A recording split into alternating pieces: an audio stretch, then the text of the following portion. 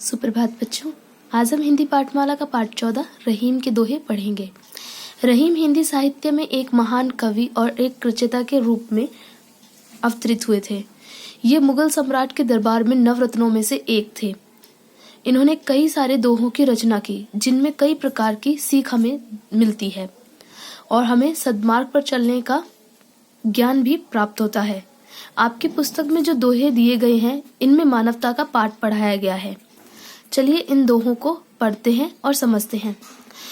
दोहे आरंभ करने से पहले मैं आपको बता दूं कि इनका अर्थ समझना बहुत ही जरूरी है और आप कृपया करके इसके अर्थ को ध्यान से सुने। रहीमन धागा प्रेम का मत तोड़ो चटकाए, टूटे से फिर ना जुरे जुरे गांठ परी जाए। अर्थात रहीम कहते हैं कि जो प्रेम का धागा होता है, अर्थात प्रत्येक व्यक्ति में आपसी प्रेम जो होता है, भाईचारा होता है, वो प्रेम विश्वास के कारण बनता है। ठीक है, तो उस विश्वास को कभी तोड़ना नहीं चाहिए। अगर वो टूट जाता है, टूटे से फिर ना जुड़े, जुड़े मतलब जुड़े, वो टूटने से दोबारा जुड़ता नहीं है, और अगर जुड़ता है तो गांठ पड़ जाती है। परी जाए मतलब पड़ जाए, तो उसमें गांठ पड़ जाती है। जैसे मान लो कोई एक धागा है, इस प्रकार से अगर वो टूट जाता है, हमने यहाँ से तोड़ दिया इसे बीच से, हम इसको दोबारा जोड़ रहे हैं, तो इस जगह पे गांठ पड़नी जरूरी है। तो एक बार अगर कोई विश्वास अपना खो देता है तो दोबारा उस पर विश्वास करना कठिन हो जाता है। आगे देखते हैं। बड़े बड़ाई ना करें, बड़े ना बोले बोल, रहीमन हीरा कब कहे लाख टका मम मोल। अर्थात कि जो बड़े व्यक्ति होते हैं या फिर जो सम्मानित व्यक्ति होते हैं, वो अपने मुख से अपनी बड़ाई कभी नहीं करते, ना ही वो बड़े बड़े बोल बोलकर किसी की निंदा करते हैं। तो बड़े बोल बोलकर वो किसी की निंदा नहीं करते। रहीमन हीरा कब कहे लाख टका मम मोल। अर्थात रहीम कहते हैं कि हीरे को कभी भी यह कहने की आवश्यकता नहीं होती कि उसकी कीमत लाख टका, यानी लाख टका मतलब रुपया, के लाख रुपए की है। जिस प्रकार हीरे को कभी अपनी कीमत बताने की जरूरत नहीं पड़ती, उसी प्रकार बड़े या फिर सम्मानित व्यक्तियों को अपने अच्छे कर्मों के बारे में बताने की जरूरत नहीं पड़ती। आगे देखते हैं। जो रहीम उत्तम प्रकृति का करी सकत कुसंग, चंदन विष व्यापत नहीं लिपटत रहत भुजंग। अर्थात रहीम कहते हैं कि जो व्यक्ति उत्तम प्रकृति यानी स्वभाव का, उत्तम स्वभाव का होगा, उस पर कभी भी कुसंगत का असर नहीं होता। उसके साथ रहने वाले व्यक्ति चाहे कैसे भी गुण के हों, कैसे भी कार्य करते हों, भले वो अच्छे बुरे कार्य करते हों, पर लेकिन उत्तम प्रकृति यानी उत्तम स्वभाव वाले व्यक्ति पर उनका कभी कोई बुरा असर नहीं पड़ता। जिस प्रकार चंदन विष व्यापत नहीं लिपटत रहत भुजंग, चंदन के पेड़ से सांप लिपटे रहते हैं, पर लेकिन चंदन में कभी भी विष नहीं मिलता। ठीक है, कभी भी चंदन में विष व्याप्त नहीं होता, नहीं मतलब विष उसमें नहीं जाता। इसी प्रकार उत्तम अच्छे स्वभाव वाले व्यक्तियों में बुरे व्यक्तियों के बुरे गुण नहीं जाते। रहीमन निजमन की व्यथा मन ही राखो गोए, सुनी अठलही लोग सब बाटी ना लेहे कोय। अर्थात रहीम कहते हैं कि अपने मन की व्यथा यानी कि दुख, उसको हमेशा मन के अंदर ही रखना चाहिए, क्योंकि जो लोग उसे सुनते हैं वो उसे सुन के हंस सकते हैं, आपका मजाक उड़ा सकते हैं, पर लेकिन उसे बांट नहीं सकते, आपके दुख को कम नहीं कर सकते। ठीक है, आगे है। रहीमन पानी राखिए बिन पानी सब सून, पानी गए ना उबरे मोती मानस चून। ठीक है, कि रहीम कहते हैं कि पानी सदैव रखे रहना चाहिए। पानी का यहाँ पे 3 प्रकार से अर्थ लिया गया है। वो अर्थ आपको अलग अलग चीजों में अभी मैं आपको बताती हूँ। बिन पानी सब सून, बिना पानी के मतलब जो पानी का अर्थ है उसके जाने के बाद सब सूना हो जाता है। पानी गए ना उबरे, बिना पानी के वो उबरता नहीं है। क्या? मोती, मानस यानी मनुष्य, चून यानी कि आटा। किस प्रकार से? पहले मोती के रूप में अर्थ है पानी का चमक। ठीक है, मोती का गुण क्या है? चमकना। जितना ज्यादा उसमें चमक होगी उतना वो सुंदर माना जाएगा।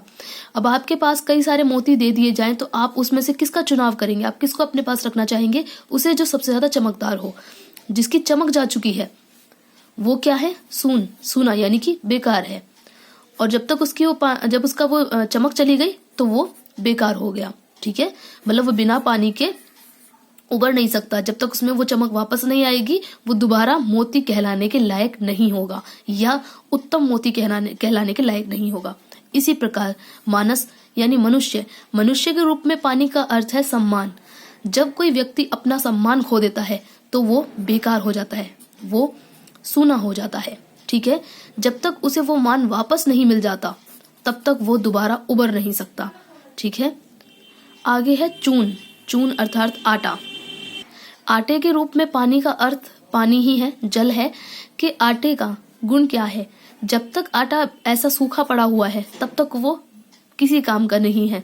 ठीक है, जब तक कि उसमें पानी नहीं मिल जाएगा, वो गुथ करके रोटी नहीं बनेगी, तब तक वो खाने लायक नहीं होगा। तो बिना पानी के ये क्या है? सूना है, बेकार है। जब तक इसके अंदर पानी नहीं आएगा इसका भी कोई मोल नहीं बनेगा। अर्थात पानी मिलने के बाद ये गुथ जाएगा और ये रोटी बन के हमारे को भोजन करने के लायक ये हो जाएगा। ठीक है, तो मोती का आपको मैंने उदाहरण दे दिया। मानस का उदाहरण हम एक देख सकते हैं, जैसे कि कोई व्यक्ति समाज में बहुत ज्यादा सम्मानित है, बहुत अच्छे अच्छे काम करता है, किंतु एक दिन अगर उसे चोरी करते हुए पकड़ा जाए और सभी लोगों को ये बात पता चल जाए कि ये व्यक्ति चोरी करता है तो उसका अपमान हो जाता है। ठीक है, अब उसके पास वो मान नहीं रहता, वो पानी जो उसका सम्मान है वो खो चुका होता है। ठीक है, तो जब तक उसको वापस से अगर वो ये बात हो जाए कि हाँ वो निर्दोष है, ठीक है, अगर उसका सम्मान जब तक उसे वापस नहीं मिलेगा तब तक वो समाज में वापस कहते हैं ना कि वो मुंह दिखाने के लायक नहीं रहा, तो वो वापस से उस सम्मान के साथ वापस नहीं आ सकता। ठीक है, चून का मैंने आपको बता ही दिया। आटे का जब तक पानी नहीं मिलेगा तब तक वो भोजन रोटी बनने के लायक नहीं होगा, और रोटी बनने के बाद ही हम उसे ग्रहण कर सकते हैं, हम अपना पेट भर सकते हैं। खाली आटा होगा तो उससे हम कुछ नहीं कर सकते। रहीमन वे नर मर चुके जे कहूँ मांगन जाही, उनते पहले वे मुहे जिनमुख निकसत नाही। अर्थात रहीम कहते हैं कि वे नर मर चुके हैं, मतलब वे व्यक्ति या उनकी अंतरात्मा मर चुकी है जो कहीं कुछ मांगने के लिए जाते हैं, और उनसे पहले, उनते मतलब उनसे पहले वो मर गए हैं, उन व्यक्तियों की आत्मा मर चुकी है जिनके मुख से मांगने वाले के लिए ना निकलता हो। जो ये जैसे कि मान लो कोई व्यक्ति मांगने के लिए आया और सामने वाला व्यक्ति उसे मना कर दे, इसकी आत्मा तो पहले ही मर चुकी है क्योंकि वो इससे मांगने आया है, क्योंकि मांगना एक निंदनीय कार्य है। ठीक है, सब कुछ होते हुए भगवान ने तुम्हें अच्छे भले हाथ पैर दिए हुए हैं, तुम कमा के खा सकते हो, कुछ करके खा सकते हो, पर लेकिन फिर भी तुम अपने हाथ किसी के आगे फैला रहे हो, मांग रहे हो, तो ये एक निंदनीय कार्य है। किंतु अगर कोई ऐसा व्यक्ति है जिसको मांगने की जरूरत ही पड़ रही है, या फिर वो असहाय है, असहज है किसी कार्य को करने में, और उसे किसी चीज की आवश्यकता है, और सामने वाला व्यक्ति उसको वो चीज देने से मना कर दे, तो इसका मतलब ये है कि इस व्यक्ति की आत्मा मर चुकी है। आत्मा यानी कि मानवता। ठीक है, तो पहले तो वो नर मर चुका, उसकी आत्मा मर चुकी जो कहीं कुछ मांगने जा रहा है, सब कुछ संभव होते हुए भी वो फिर भी मांग रहा है, तो उसकी आत्मा मर चुकी है। और उससे पहले तो उसकी आत्मा मर गई है जो उसे कुछ देने के लिए मना कर रहा है। ठीक है,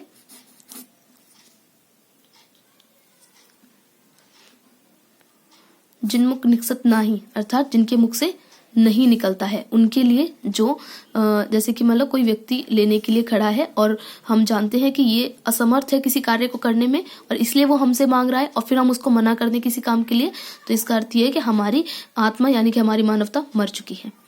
तो मैंने आपको ये रहीम के सारे दोहे पढ़ा दिए हैं, समझा दिए हैं अच्छे से। अगर फिर भी आपको इनको समझने में, अभ्यास को करने में कोई परेशानी है तो आप मुझे व्हाट्सएप पे पूछ सकते हैं।